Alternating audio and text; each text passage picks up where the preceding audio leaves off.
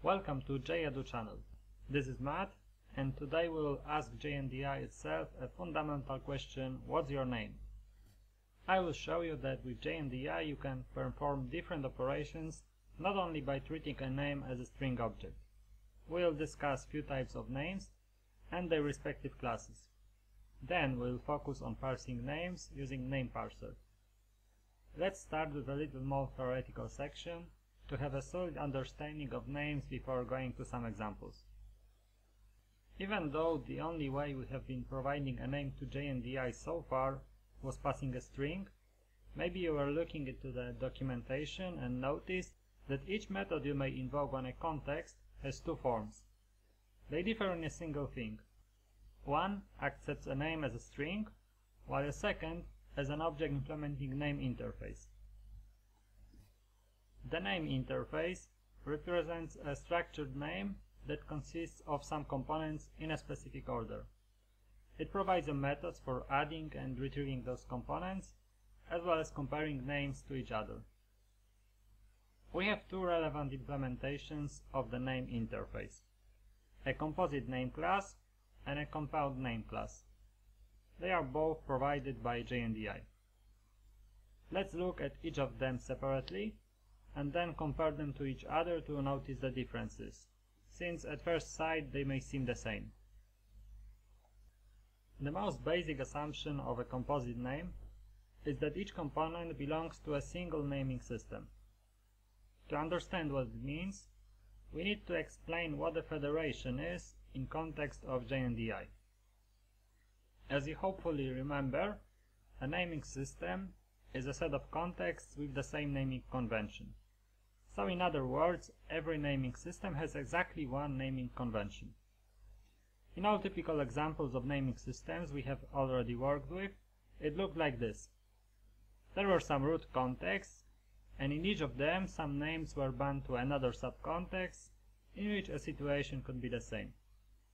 Finally, after going through some subcontexts, you could have found an actual object that is accessible through JNDI by passing all names of intermediate contexts and object's name in leaf contexts. Imagine that this object is not the end of a lookup, but instead it is the root context of another naming system. Now, let's say that in the first naming system, dot is a separator within a name that is read right to left. In the second naming system, we separate parts of a name with slash character, and a name's order is left to right. The second naming system could be, for example, a file system.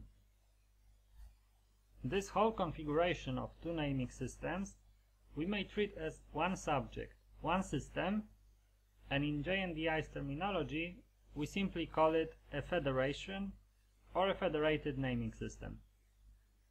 What is typical for federations is that each naming system has its own naming convention, and it is not limited by any other naming conventions of other naming systems in this federation. It is up to the single naming system how its name will look like.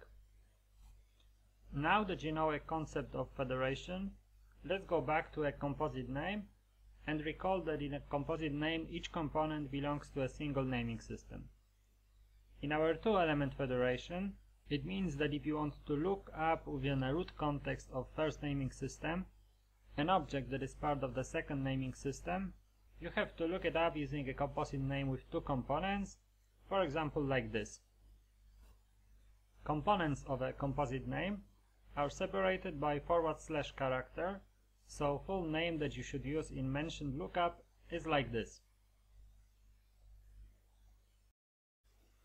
Instead of remembering what is the separator, you may use actual composite name class that takes care of this. So you create an instance of composite name and then add to it two components, for example. First from a naming system with dot as separator, and second with / separator. If you print this name, you can see that two components were separated by / character. Actually, if you pass a string object to a lookup method, what happens inside JNDI is that this name is used to create a composite name, and which is passed to the second lookup method that takes name object as a name. In short, following two pieces of code are equivalent and do the same thing. This class also provides you some methods that are self-explanatory if you know what hides behind composite name and understands what I have just explained about it. If you want to get details about them, I advise you to visit documentation of Composite Name class. Now it's time for the second type of a name, that is a compound name. Its first important feature is that it reflects a name in a single naming system. We can't use this name to work with an object from another naming system, so it's not useful while working with treating Federation as a one autonomous naming system. As a result of this, CompoundName has its own naming convention. So it totally makes sense that CompoundName class of JNDI supports this fact. CompoundName consists of components, just like in a composite name, but in this case each component maps to a single context in a given naming system. Let's look at the example of the following naming system. Assume that is a file system with its typical convention. A compound name that you will need to look up a cat object named Kitty from the root context looks like this and has three components: root, child, and Kitty.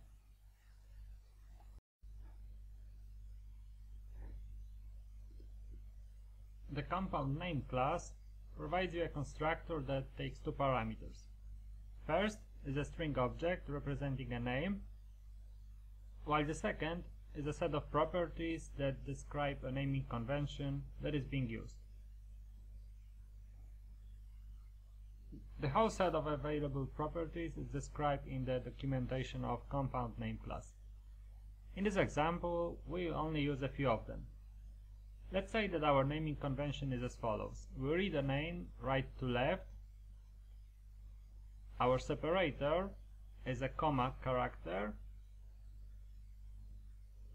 and our escape character will be a colon. And in this example we will use the following name: some component, another component, and another one. After creating this compound name, let's say that you want to list its all components. We will do it by iterating through the enumeration returned by getAll method. We will print out each component to the console. Okay, now we will run this example and we will discuss the output. As you see, three components were listed. The first component is the one that was defined at the end of a name, since our syntax was defined as right to left. In the middle component, we used escape character to include colon in the name of the component. The same applies to using comma inside a name that had to be escaped. Please note that creating an instance of CompoundName class requires that we specify the rules of how the name is constructed. This is mainly the role of the naming service itself, and typically it is the service provider that creates instances of this class. Since it is quite different responsibility from what context in general offers, actual CompoundName should be created inside a class that implements a name parser interface. It defines one method parse that takes a string name and returns its object version as a compound name hidden under the name interface. From all this stuff, CompoundName class, set of properties, and a name parser, it is the name parser that we may obtain from a naming system to manually and dynamically create compound names with it. You don't need to define the syntax, since it's already defined inside this name parser. We can retrieve one using getNameParser method of the context interface. It takes one parameter, a name that defines a context from which parser will be taken. But why, you may ask, should we pass a context name if whole naming system has the same naming convention and therefore the same name parser? Well, here we go back to federation. You can use this method by passing a composite name and specify a context in another naming system. In this case, you will retrieve a name parser of another naming system, not the one that contained a context on which you invoke this method.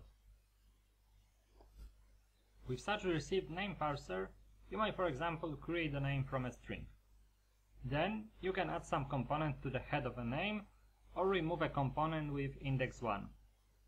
Please remember that what is head and what is end depends on right to left or left to right order.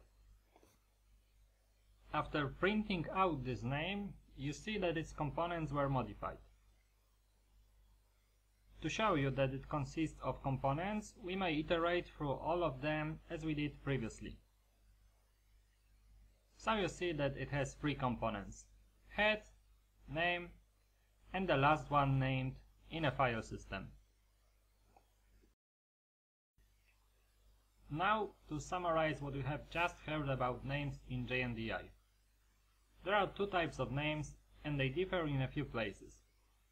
Both of them consist of components, but a component in CompositeName is part of a name that belongs to a single naming system, while in the CompoundName it is the smallest atomic part of a name within a single naming system, and it maps to some context with that name.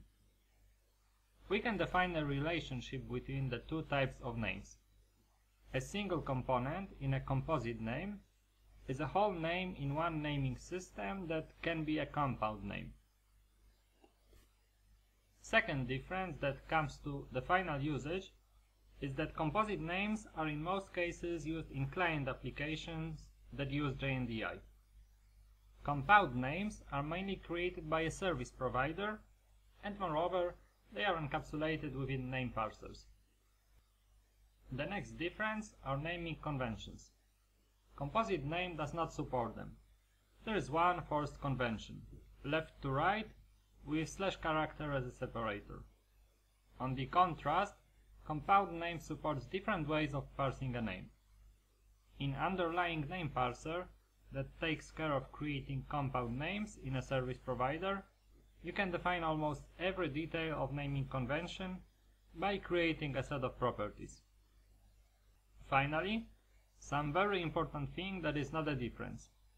Both CompoundName and CompositeName share the same API for accessing and managing components. This is because they both implement the name interface that defines those operations. After discussing in details 2 types of JNDI names, we will go back to the context interface and discuss few methods that we have omitted in a previous video, but that affect name interface. One we have already discussed, and it's getNameParser method. The next one is getName in namespace. I will present it on the following example with file system. I have a root context that maps to root directory of D drive. Within it, let's look up a context bound to Dropbox name. In this Dropbox context, we will look up photos context. Now let's invoke method getName in namespace on photos context and print it out. As you can see, we have received a full name of photos context relative to the root context of the namespace. This namespace is in our case the whole file system. In general, it is a set of all names that exist in one naming system. The last method we will discuss also on this example is CompositeName method. Let's approach accessing some object hidden behind many intermediate contexts in another way. On the Dropbox context, we will invoke CompositeName method with 2 parameters, photos and Dropbox. Those 2 parameters specify what follows. First is a name relative to current Dropbox context. The second is a name of current context relative to one of its ancestors. In this case, initial context of the D drive. As a result, we receive name of photos relative to this ancestor. After printing out, you may see that it's Dropbox/photos.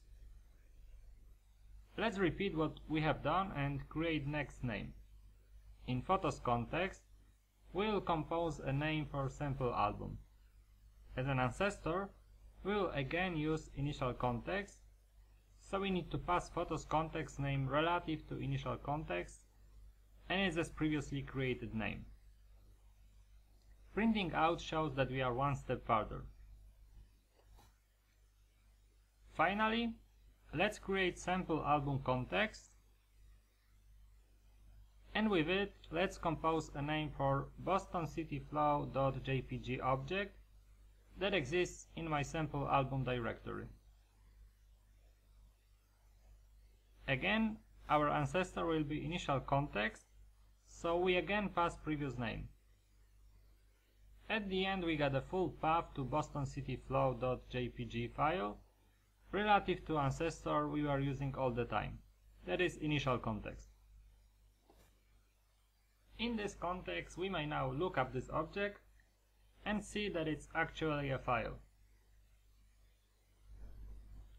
What's the advantage in this approach is that we don't need to know syntax of a naming system, and also we don't need to know whether we are passing through another naming system in a federation or not. If we wanted to create this name in a federation using composite and compound names, we would need to know where is the border between naming system to end creating component of composite name and start creating compound name as next component of this composite name. In presented approach, it would happen automatically. For example, if after photos context we would go to another naming system, we wouldn't have to modify anything in this code. There could be a possible change of final name since a syntax in another naming system could be totally different, but at the end we would still look up our object successfully. This is all I have presented for this video. You now have a solid knowledge of names in JNDI, where they are used and how do they differ. You also know how you can work with names with help of the context interface. If you enjoyed this episode, subscribe to jEdu and upvote the video. Should you have any remarks or comments, share your opinion by writing a comment under the video. Thanks for watching and stay tuned for the next episode.